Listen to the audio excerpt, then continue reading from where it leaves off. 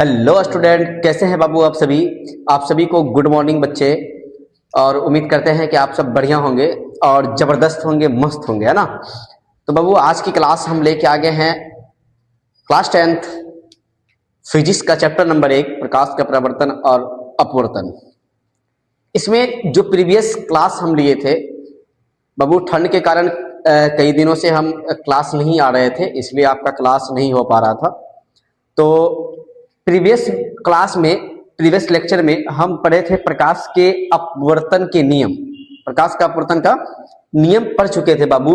आज की क्लास है हमारी प्रकाश के अपवर्तन के कारण क्या है। तो बाबू क्लास को शुरू करने से पहले आप सभी स्टूडेंट चैनल को सब्सक्राइब कर ले और बेल आइकन दबा ले, और बाबू वीडियो को लाइक करें, शेयर करें और बाबू कमेंट जरूर करेंगे, ठीक है। तो आज की क्लास हम शुरू करते हैं प्रकाश के अपवर्तन का नियम। आज की क्लास में है बाबू प्रकाश के अपवर्तन के प्रभाव, या आप कह सकते हैं कि कारण क्या है ना। प्रभाव में देखेंगे बाबू प्रकाश के अपवर्तन के प्रभाव क्या क्या थे। तो यहां पर देखेंगे, इसमें लिखा है कि प्रकाश का अपवर्तन प्रकाशीय भ्रम को दर्शाता है। प्रकाश का अपवर्तन जो होता है वो प्रकाशीय भ्रम को दर्शाता है बाबू। कुछ प्रमुख प्रकाशीय भ्रम, बाबू यहाँ पे कुछ प्रमुख प्रकाशीय भ्रम इस प्रकार है, यानी कि जो प्रकाश का अपवर्तन होता है वो भ्रम को दर्शाता है, ठीक है। जो होता नहीं वो दिखाता है, जो रहता है वो नहीं दिखता, है ना। ऐसा है इसमें। पहला है आपका कि पानी में डूबी पेंसिल या छड़ी का मुड़ा एवं छोटा प्रतीत होना, यानी कि पानी में डूबी, क्या बोला है कि पानी में डूबी पेंसिल या छड़ी का मुड़ा हुआ या छोटा प्रतीत होना, ठीक है। दूसरा बोला है अक्षरों के ऊपर कांच स्लेब रखकर देखने पर उसका उठा हुआ प्रतीत होना। बाबू कभी अक्षरों के ऊपर कांच का स्लेब रखे होंगे तो देखे होंगे कि अक्षर ऊपर उठा हुआ दिखता है ना। ये दूसरा प्रभाव हो गया। और तीसरा है बाबू आपका मछुआरे को मछली भेदने में कठिनाई होना। मछुआरे को मछली भेदने में कठिनाई होने का मतलब ये है कि मछुआरे को बाबू मछली की वास्तविक गहराई पता नहीं चलती है, लगता है कि मछली ऊपर में है लेकिन मछली काफी नीचे होती है, ठीक है, गहराई में होती है। तो इसमें हम पहला पॉइंट है हमारा पानी में डूबी पेंसिल या छड़ी का मुड़ा या छोटा प्रतीत होना। तो इसमें सबसे पहले हम देखते हैं यहाँ पे फिगर। बाबू एक हम टब लिए हैं, मान लीजिए कि कोई एक बाल्टी है। एक बाल्टी में जब आप छड़ी को डालोगे, कोई छड़ को डालोगे, कभी देखिएगा बाबू एक लकड़ी ले लीजिएगा और एक बाल्टी पानी में जब उसको डालिएगा तो कभी भी वो सीधा नहीं जाएगा, वो हमेशा तिरछा जाएगा, ठीक है। अगर हम ये मान लीजिए छड़ी है मेरा, इसको जब हम पानी से भरे बाल्टी में डालेंगे ये कभी सीधा नहीं, यानी कि बाल्टी के बेस में यानी पेंदा में कभी सीधा नहीं जाएगा।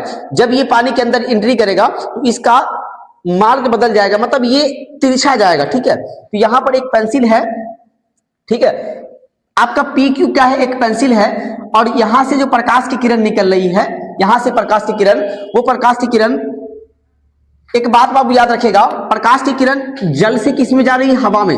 ये पानी है और ये हवा है। अपवर्तन में पढ़े थे ना हम लोग कि जब प्रकाश की किरण हवा से पानी में आ रहा था तो अभिलंब की तरफ मुड़ रहा था, लेकिन दूसरा फिगर देखे थे कि जब पानी, यानी कि जब प्रकाश की किरण पानी से हवा में जा रहा था तो वो अभिलंब से दूर जा रहा था।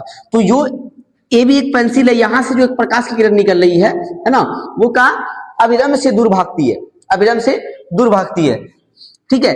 इस स्थिति में क्या होता है, इस पेंसिल का जो मतलब वास्तविक स्थिति होती है वो PQ नहीं A और B, यहां हम इसको क्या कहते हैं बाबू, यहां से B मान देते, यानी कि A भी दिखाई देता है। तो आइए हम इसका निष्कर्ष देखते हैं बाबू। इसमें बोला है, यहां पे पॉइंट बाय पॉइंट हम लिखे हैं कि माना कि PQ एक पेंसिल है जिसका AQ भाग पानी के अंदर तिरछा डूबा हुआ है। माना कि PQ एक पेंसिल है जिसका AQ भाग है ना पानी के अंदर तिरछा है, ठीक है, तिरछा डूबा है। दूसरा बोल रहा है कि पेंसिल का अग्रभाग Q से निकलने वाली प्रकाश की किरण अविलंब से दूर भाग जाती है। बाबू अभी हम आपको बताए ना कि यहां से जो प्रकाश की किरण निकल रही है वो अविलंब से, बाबू ये आपका क्या है, अविलंब है। ये क्या है, अविलंब है। अविलंब से दूर भागती, क्योंकि ये माध्यम क्या है, पानी है, और पानी से हवा में प्रवेश कर रही है। अविलंब से दूर भागती है क्योंकि प्रकाश की किरण पानी से हवा में प्रवेश करती है। ऐसी स्थिति में प्रकाश की किरण बिंदु बी से आती हुई प्रतीत होती है। बाबू जब प्रकाश की किरण पानी से हवा में जा रही है तो इस स्थिति में जो होता है, जो प्रकाश की किरण क्यू बिंदु से ना होता है, क्यू बिंदु से दिखता नहीं है, ये बिंदु बी से आती हुई प्रतीत होती है। ठीक है, यही बोला गया है, बिंदु बी से आती हुई प्रतीत होती है। तीसरा बोला है इस प्रकार पेंसिल का डूबा हुआ भाग ए बी, पहले डूबा हुआ भाग क्या था, तिरछा डूबा हुआ भाग पी क्यू था, लेकिन जब ऐसी स्थिति बनी तो उसका डूबा हुआ भाग ए बी के रूप में प्रतीत होता है। अतः पानी में डूबी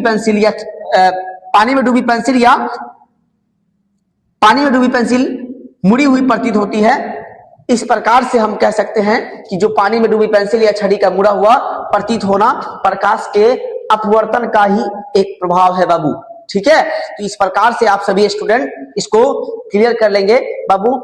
5 नंबर में तो नहीं, लेकिन 2 नंबर में कभी कभी बोर्ड एग्जाम में पूछ दिया जाता है। ठीक है, जैसे इसी में से ले लेगा कि मान लीजिए कि मछुआरे को मछली पकड़ने में, मछली भेजने में कठिनाई होना, है ना, इस प्रकार के क्वेश्चन आते हैं बाबू। तो आप सभी स्टूडेंट इसका स्क्रीनशॉट ले ले। चलिए नंबर 2 है हमारा, मछुआरे को मछली भेजने में कठिनाई होना। मछुआरे को मछली भेजने में कठिनाई होना। ठीक है बाबू, तो सबसे पहले हम यहां फिगर को समझते हैं बाबू। इसमें जल में, ये आपका जल है माध्यम, ठीक है, यानी कि जल में ही मछली रहते हैं।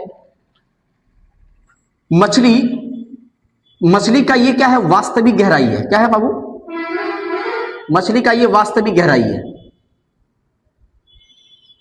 जो मछली रियल में कहां पे है, ठीक है, जब ऊपर से देखता है, मतलब मछुआरे ऊपर से मछली को देखते हैं तो मछली इसको वास्तविक गहराई से नहीं दिखता। मछली इसको, इसकी आभासी गहराई ये है बाबू, आभासी गहराई, आभासी गहराई। और इसका मेन रीजन क्या है बाबू, इसका मेन जो घटना है वो प्रकाश का अपवर्तन के कारण है। ठीक है, तो ये मछली वास्तविक रूप से ना दिख के इसके आभासी रूप से दिखाई पड़ता है, जिससे मछुआरे मछली को भेजने के लिए, यानी कि मछली पे जो आक्रमण होता है, आघात होता है, वो वास्तविक गहराई पे नहीं करके मछली के आभासी गहराई पे करता है, जिससे मछली उनके पकड़ में नहीं आता है ना, आसानी से। तो हम देखते हैं बाबू, इसका कंक्लूजन देखते हैं क्या कहता है। इसमें कहता है कि इस घटना का मुख्य कारण प्रकाश का अपवर्तन है। जब पानी के अंदर स्थित मछली को किसी ना किसी कोण पर देखा जाता है, यानी कि इस पानी में जो स्थित मछली है ऊपर से किसी न किसी एंगल से तो उसको देखा जाता होगा। अब एंगल चाहे जो भी हो बाबू, किसी न किसी कोण पर देखा जाता है। तो प्रकाश के अपवर्तन के कारण मछली अपनी वास्तविक स्थिति से कुछ ऊपर कुछ आगे दिखता है, यानी कि जब किसी कोण पर देखा जाता है इसको, तो जो पानी के अंदर स्थित मछली होती है बाबू, मछली जो है वो अपने वास्तविक स्थिति से, है ना, ये उसकी वास्तविक स्थिति बोलिए या स्थिति या गहराई बोलिए, ये इसकी वास्तविक स्थिति से क्या होता है बाबू, कुछ ऊपर और आगे। एक तो ये नीचे है, वास्तविक गहराई इसका ये है, लेकिन जब इसको किसी न किसी एंगल से देखा जाता है तो वो वास्तविक स्थिति से कुछ ऊपर दिखता है। ठीक है, कुछ आगे दिखाई देती है।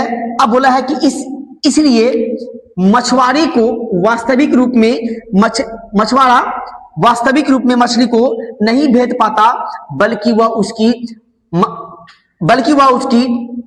उस मछली के प्रतिबिंब को भेदने का प्रयास करता है।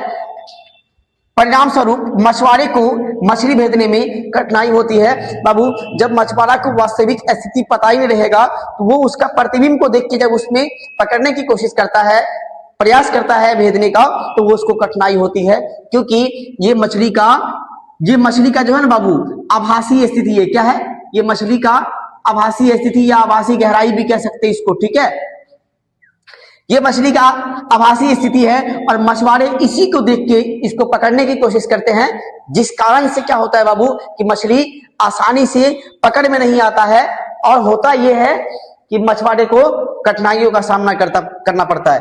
ठीक है, इसलिए बोला गया है, यहां से नोट में देखिएगा, नोट में क्या बोला है कि इसलिए अनुभवी मछुआरा हमेशा मछली के पूंछ पर आघात करते हैं, जिससे मछली भेदने में आसानी होती है, इससे मछली भेदने में आसानी होती है बाबू, है ना। तो इस प्रकार से है आपका प्रकाश के अपवर्तन के प्रभाव में हम दो इंपोर्टेंट प्रभाव आपको बता दिए हैं बाबू। इन इंपोर्टेंट प्रभाव को आप सभी याद रखेंगे। कभी कभी ऐसा होता है कि इसको 5 नंबर में भी पूछा जाता है, नहीं तो 2 नंबर में पूछता ही है ना। तो आप सभी स्टूडेंट इसका स्क्रीनशॉट ले लिए। तो बाबू आप सभी से हम मिलते हैं, आप सभी से मिलते हैं हम नेक्स्ट वीडियो में नेक्स्ट टॉपिक के साथ। तो आप सभी स्टूडेंट हमारे वीडियो को पूरा देखा करेंगे, वीडियो को एंड तक देखिएगा और उस वीडियो के ऊपर कमेंट जरूर करेंगे बाबू कि आपको वीडियो कैसी लगी। लाइक और शेयर करना ना भूलेंगे और सभी स्टूडेंट हमारे चैनल को सब्सक्राइब कर दीजिए, क्योंकि आपकी सपोर्ट की जरूरत है बाबू, है ना। आपकी एक सब्सक्राइब से, है ना, हम आगे जा सकते हैं। इसलिए बाबू आप सभी स्टूडेंट चैनल को सब्सक्राइब जरूर करें। मिलते हैं आप सभी से हम नेक्स्ट वीडियो में। धन्यवाद।